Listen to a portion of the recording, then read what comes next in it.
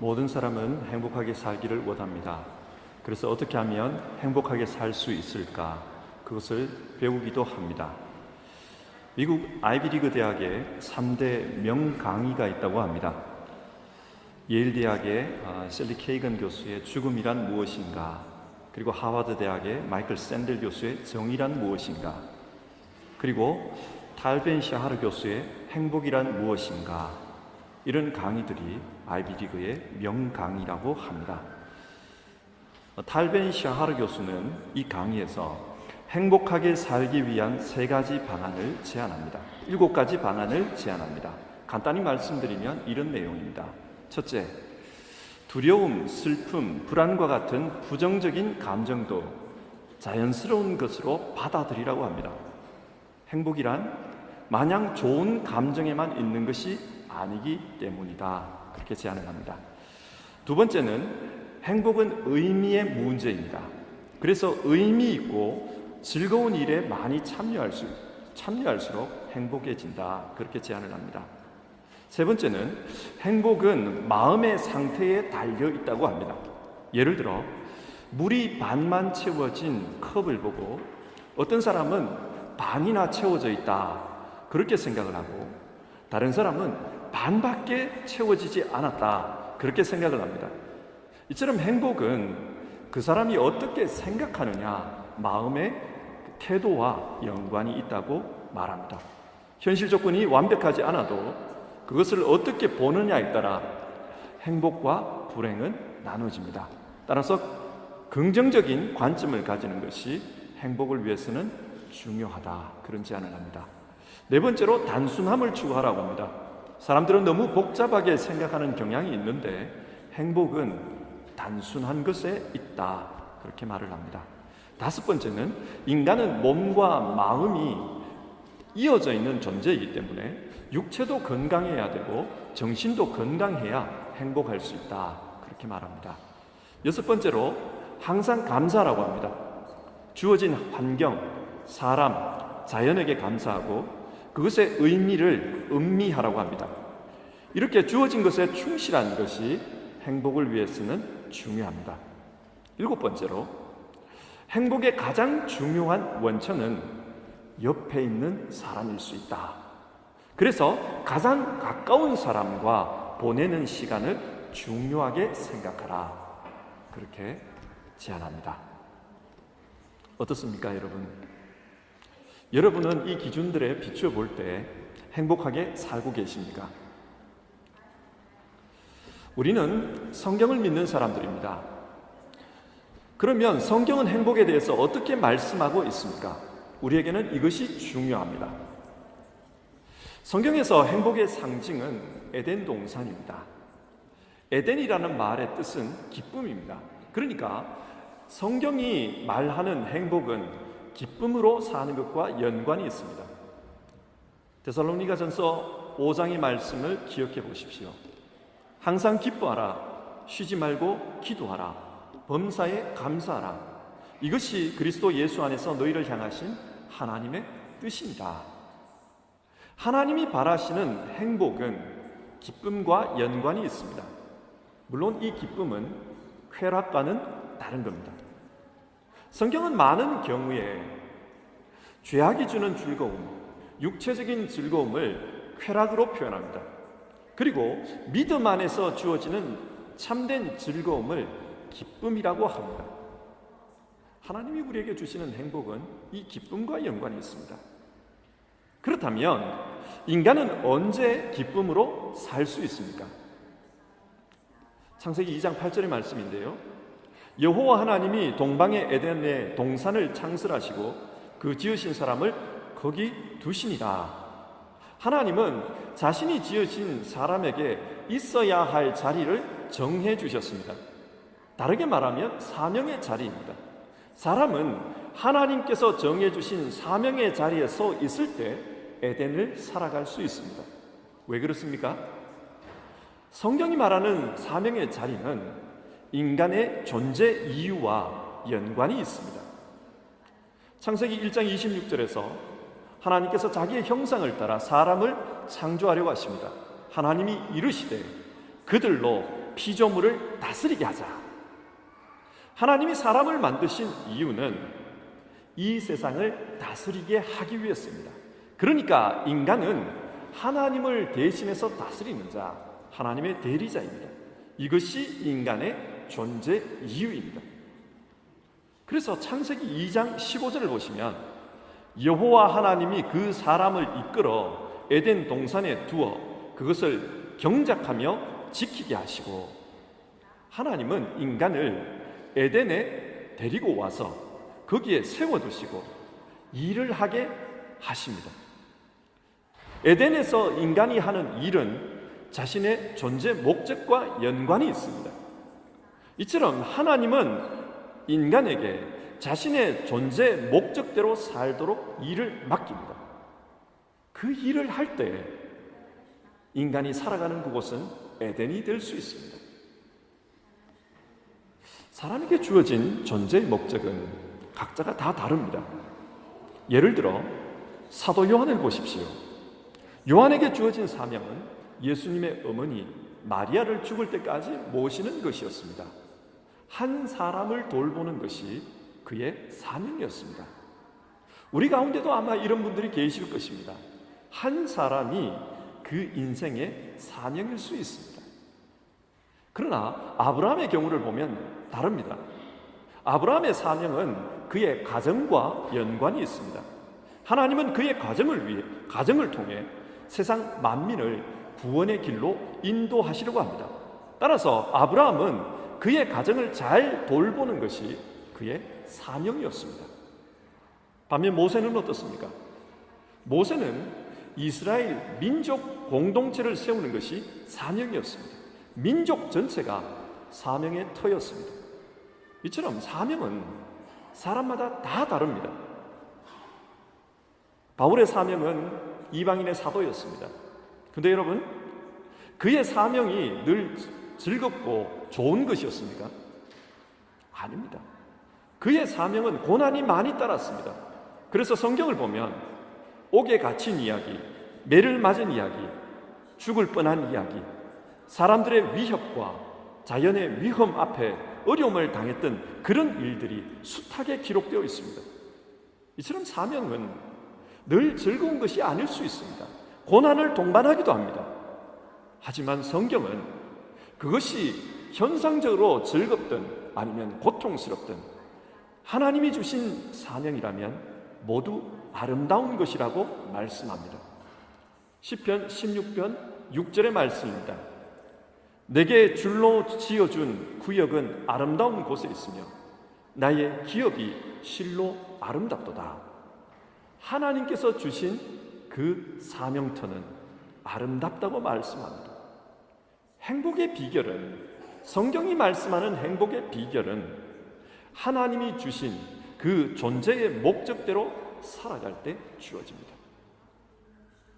그런데 그렇게 행복해야 할 에덴 동산에서 어떤 일이 벌어집니까? 오늘 읽은 창세기 3장 10절 말씀입니다. 내가 동산에서 하나님의 소리를 듣고 내가 벗었으므로 두려워하여 숨었나이다. 두려워하여 숨었나이다. 에덴이 두려운 곳이 되었습니다. 더 이상 기쁨의 장소가 아니라 두려움의 장소가 되었습니다. 행복이 깨어진 겁니다. 그리고 또 어떤 일이 벌어집니까? 남편은 아내의 탓이라 그러고 아내는 뱀 탓이라 그러고 서로가 핑계하며 서로가 다 저 사람 때문에 내가 이렇게 되었다고 싸우는 장면이 나옵니다. 에덴이 싸움의 장소가 되고 말았습니다.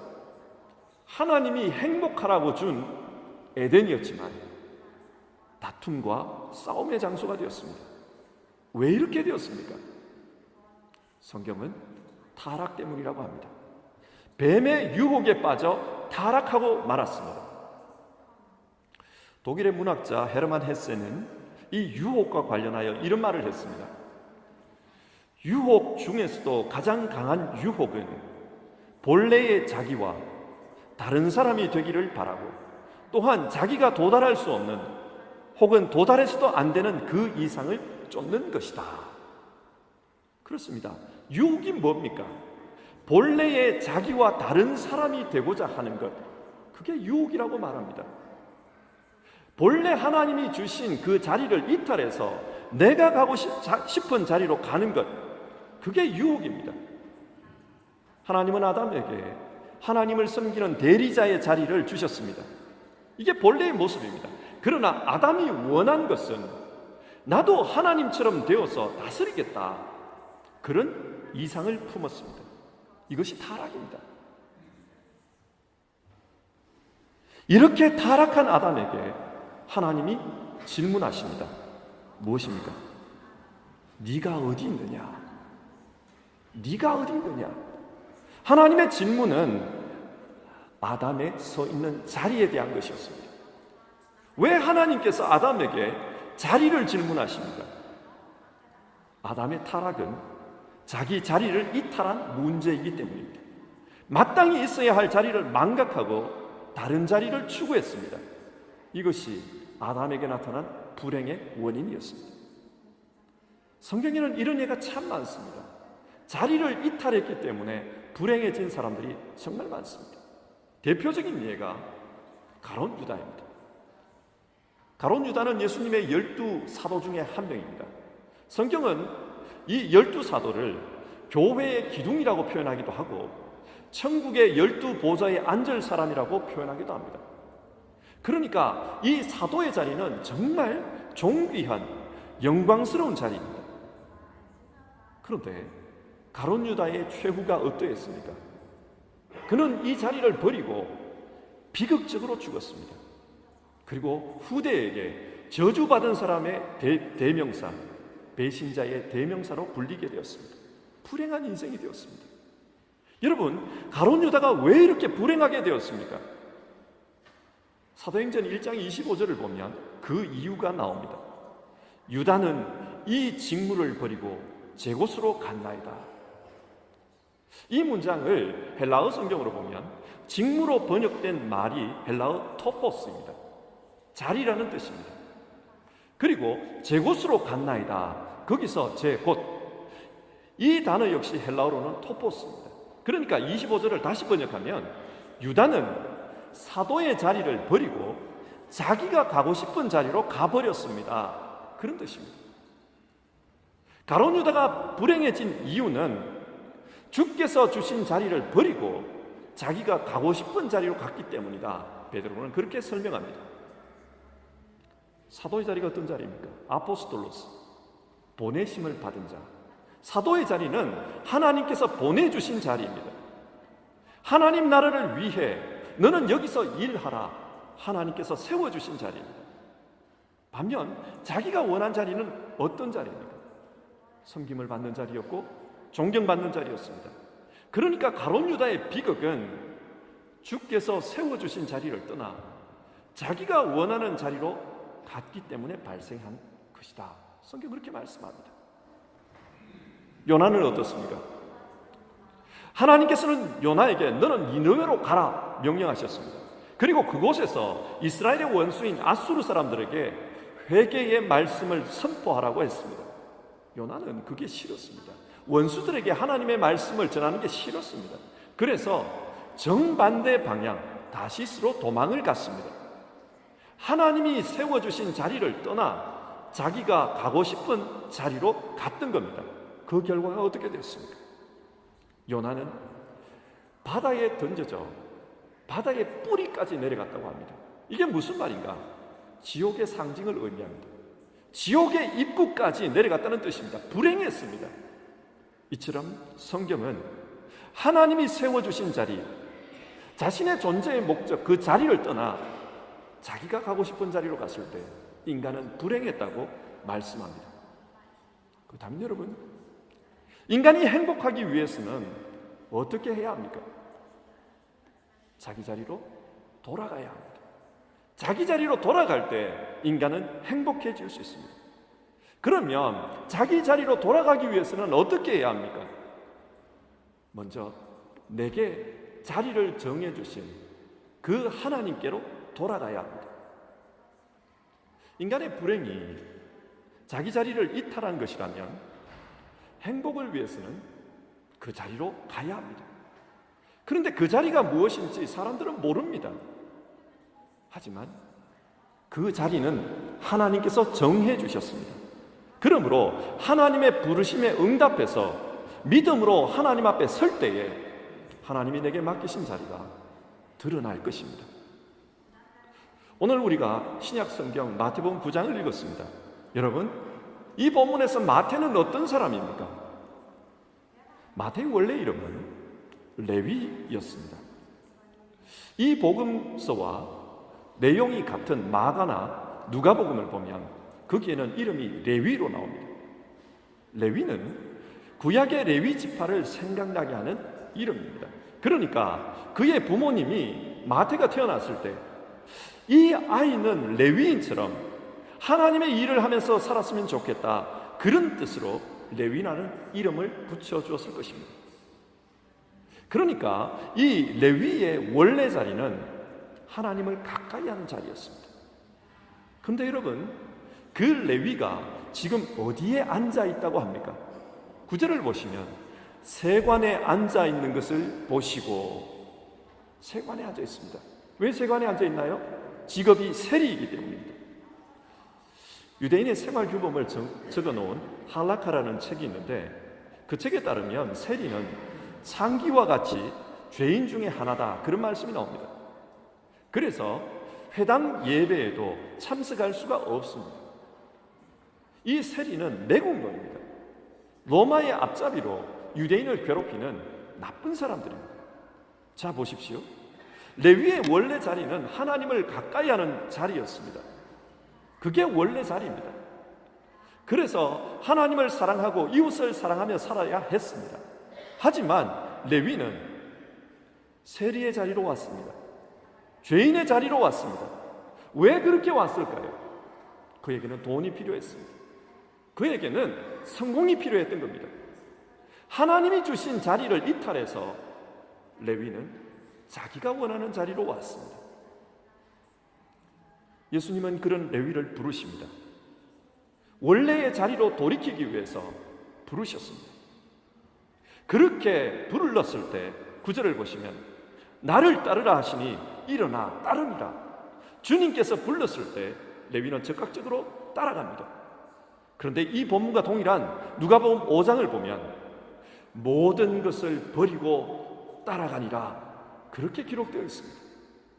레위는 예수님을 쫓기 위해서 자기가 추구했던 모든 것을 버렸습니다. 그리고 원래의 자리로 갑니다.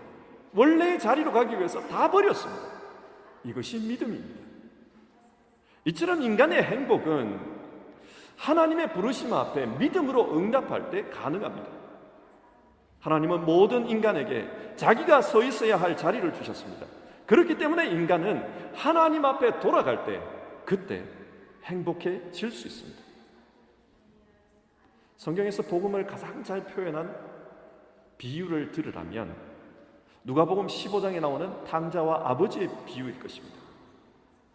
아버지의 아들로서 그 자리를 떠났던 이 탕자는 결국은 돼지 열매로 배를 채우는 그런 신세가 되고 말았습니다. 불행해졌습니다. 자기 자리를 떠난 결과 불행해졌습니다. 그러나 그가 다시 행복을 되찾게 되는 것은 아버지에게로 돌아왔을 때입니다. 마찬가지입니다. 우리가 진정 행복해지고자 한다면 우리는 우리를 지으신 그분에게로 돌아가야 합니다. 그리고 그분께서 내게 말씀하시는 그 자리를 찾아야 합니다.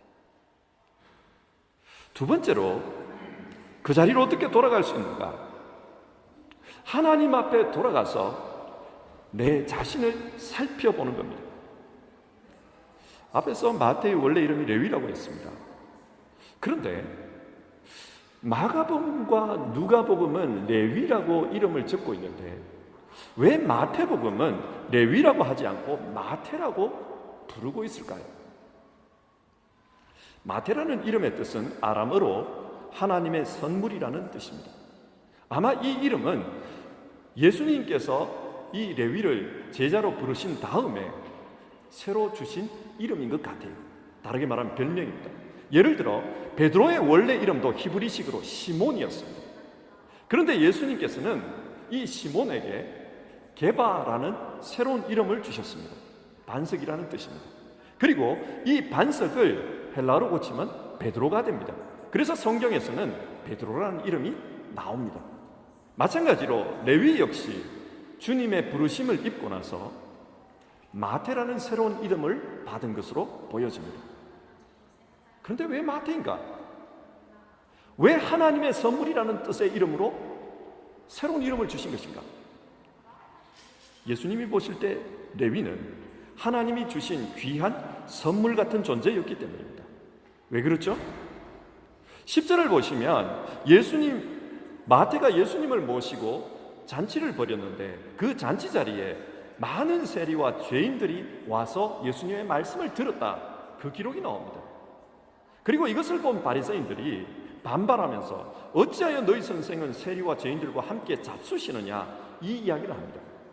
그때 예수님이 뭐라고 대답을 하신가? 건강한 자에게는 의사가 쓸데없고 병든 자에게라야 쓸데있느니라. 나는 의인을 부르러 온 것이 아니요 죄인을 부르러 왔노라.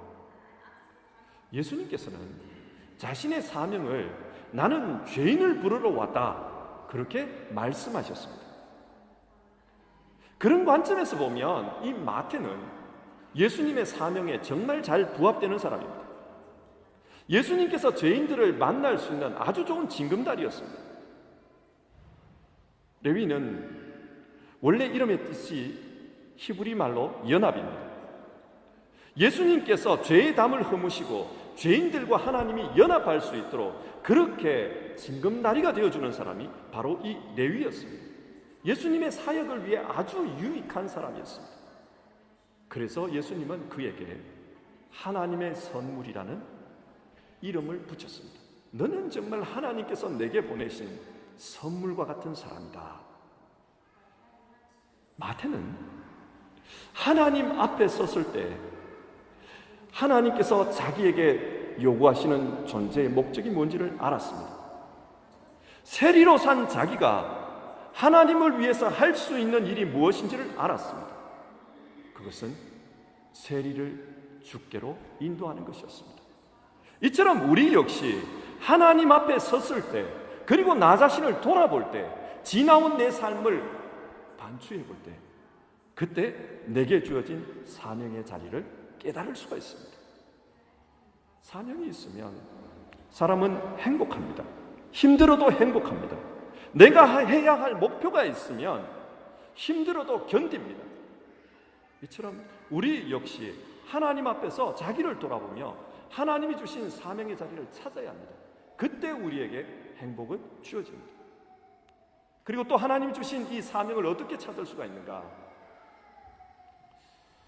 우리 교회가 선교 헌금을 보내는 단체 중에 컴패션이라는 단체가 있습니다. 이 단체의 설립 이야기를 잠시 나누고자 합니다. 1952년에 미국 시카고에서 군목으로 일하던 스완슨 목사라는 분이 있었습니다. 이분은 한국전쟁에 참전한 미군들에게 복음을 전하기 위해서, 또 위로의 말씀을 전하기 위해서 한국을 방문했습니다. 그리고 집회를 무사히 잘 마친 다음에 종로에 있는 한 숙소에서 잠을 잤다고 합니다. 아침에 일어나 보니까 창문을 이렇게 확 열었을 때 종로 길거리가 눈으로 하얗게 쌓여 있었다는 거예요. 그리고 그렇게 눈이 쌓여 있는 길거리에 쓰레기차가 와서 쓰레기를 수거하고 있었습니다. 이 스완슨 목사는 그 장면을 집중해서 보았다고 합니다. 그런데 놀라운 것은 청소부들이 그렇게 청소하는 그 쓰레기 중에 애의 팔뚝 같은 게 보였다는 거예요. 이 사람 깜짝 놀랐습니다. 그래서 빨리 뛰어나가서 청소부에게 이야기를 했습니다. 여기 애의 팔뚝이 있습니다. 이거 쓰레기 아닙니다. 애의 팔뚝이 있습니다. 아무리 이야기했지만 영어를 모르는 청소부 아저씨가 그 말을 들을 리가 만무했습니다. 그래서 손발로 이렇게 막 이야기를 하면서 그렇게 했는데도 못 알아들었어요. 어쩔 수 없이 이분은 청소차에 자기가 올라탔다고 합니다. 그리고 그 버려진 팔뚝을 사람에게 보여주려고 그렇게 찾았다는 거예요. 그런데 그 차에 타는 순간 충격을 받고 눈물이 났다고 합니다. 왜냐하면 그 차는 쓰레기차가 아니었던 거예요. 그 차는 간밤에 얼어 죽은 아이들의 시체를 치우는 그 차였습니다. 둘둘둘 뭔가를 쌌지만은 그 싼 것 안에는 전부 다 얼어 죽은 아이들의 시체가 있었습니다. 이분은 양심의 가책이 밀려왔습니다. 여기서 10m도 안 되는 곳에서 나는 한밤에 뜨뜻한 방에서 평안히 잠들어 쉬었다. 만약에 내 숙소에 이 아이들을 불렀더라면 이 수십 명의 아이들이 죽지 않았을 텐데, 나는 내가 편하려고 발뻗었던 그 자리에 있었는데 그 자리에 오지 못했던 아이들이 다 죽었다. 그 양심의 가책이 자기에게 밀려왔다는 거예요. 그래서 그걸 보면서, 그 아이들의 시체를 보면서 이분이 눈물을 흘리고 있을 때 뭔가 마음속으로부터 하나님의 음성같이 들려오는 게 있었습니다. 너는 지금 이것을 보느냐? 그러면 이제 너는 어떻게 살 것이냐? 그 말씀이 들려왔습니다. 너는 이것을 보았느냐? 그러면 앞으로 너는 어떻게 살 것이냐? 조한순 목사는 그게 하나님께서 자기에게 던지신 질문이라고 여겼습니다. 하나님의 말씀이라고 봤습니다. 그래서 그 서울 종로에서 아이들이 차고 다니는 깡통을 얻어가지고 그 깡통을 가지고 미국으로 갔다고 합니다. 그리고 미국 교인들 앞에 이 깡통을 내놓고, 여러분 이 깡통을 채워주십시오. 이 깡통을 채워주시면 아이들이 얼어 죽지를 않습니다. 이 깡통을 채워주시면 그 수십 명의 아이들을 살릴 수가 있었습니다. 그렇게 선교 운동을 벌였습니다. 이렇게 해서 컴패션이라는 선교단체가 시작이 되었다고 합니다. 그 결과 한국에 1993년도까지 수십만 명의 고아들이 이 단체를 통해서 도움을 받았고 또 학교를 다닐 수 있었습니다. 그래서 지금 이 단체는 더 이상은 한국에 필요가 없으니까 제3세계를 돕는 그런 선교단체로서 활동을 하고 있습니다. 그렇습니다. 사명이 무엇인가? 내 사명은 어디에 있는가? 사명은 하나님께서 내게 주신 그 상황 속에 있습니다. 하나님은 우리를 인도하시는 분이십니다. 하나님은 아브라함에게 사명을 주실 때 아브라함을 그 사명지로 불러내셨습니다. 하나님께서는 모세를 불러서 모세에게 사명을 주실 때 그 모세를 사명지로 불러주셨습니다. 그리고 그곳에 세워두시고 너는 어떻게 할 거냐? 네가 이것을 보았느냐? 너는 어떻게 할 거냐? 그렇게 묻습니다. 하나님께서 우리에게 주신 사명은 우리 앞에 있습니다. 우리가 살아가는 이 삶의 터전에서 우리는 하나님의 음성에, 질문에 귀를 기울여야 합니다. 네가 어디에 있느냐? 그리고 너는 어떻게 할 거냐? 하나님은 오늘도 우리에게 질문하십니다. 너는 지금 어떤 땅에 서 있느냐? 너는 어떻게 살 것이냐? 사명은 그 질문에 있습니다. 설교를 맺겠습니다. 여러분은 행복하십니까? 우리 모두 우리를 부르시는 하나님께 믿음으로 응답하며 나아갑시다. 그래야 행복해질 수 있습니다. 그리고 하나님은 오늘도 우리에게 질문하십니다. 너는 지금 어디에 서 있냐? 내가 채워준 자리에 서 있느냐? 네가 가고 싶은 자리에 서 있느냐? 우리에게 질문하십니다. 그리고 또 묻습니다. 너는 내가 세워준 자리에서 무엇을 보고 있느냐? 어떻게 살아갈 거냐? 이사야처럼 반응했으면 좋겠습니다. 주님, 내가 여기 있나이다. 나를 보내소서. 우리의 행복은, 성경이 말하는 행복은 이 대답에 있습니다. 우리 모두 하나님께서 주신 그 자리로 돌아가기를 바랍니다. 그리고 그 자리에 서서 사명을 행함으로 하나님이 우리 각자에게 주신 존재의 이유를 찾아감으로 행복한 삶으로 나아가기를 바랍니다. 기도하겠습니다.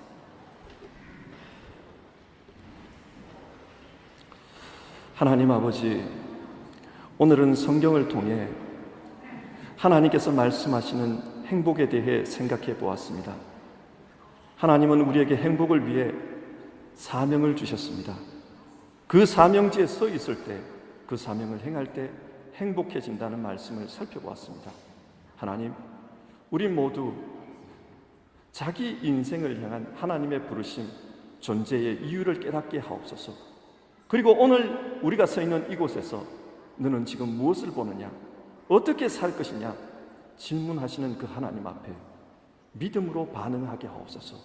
그 믿음 안에서 우리의 행복을 찾아가기 원합니다. 예수님의 이름으로 기도드립니다.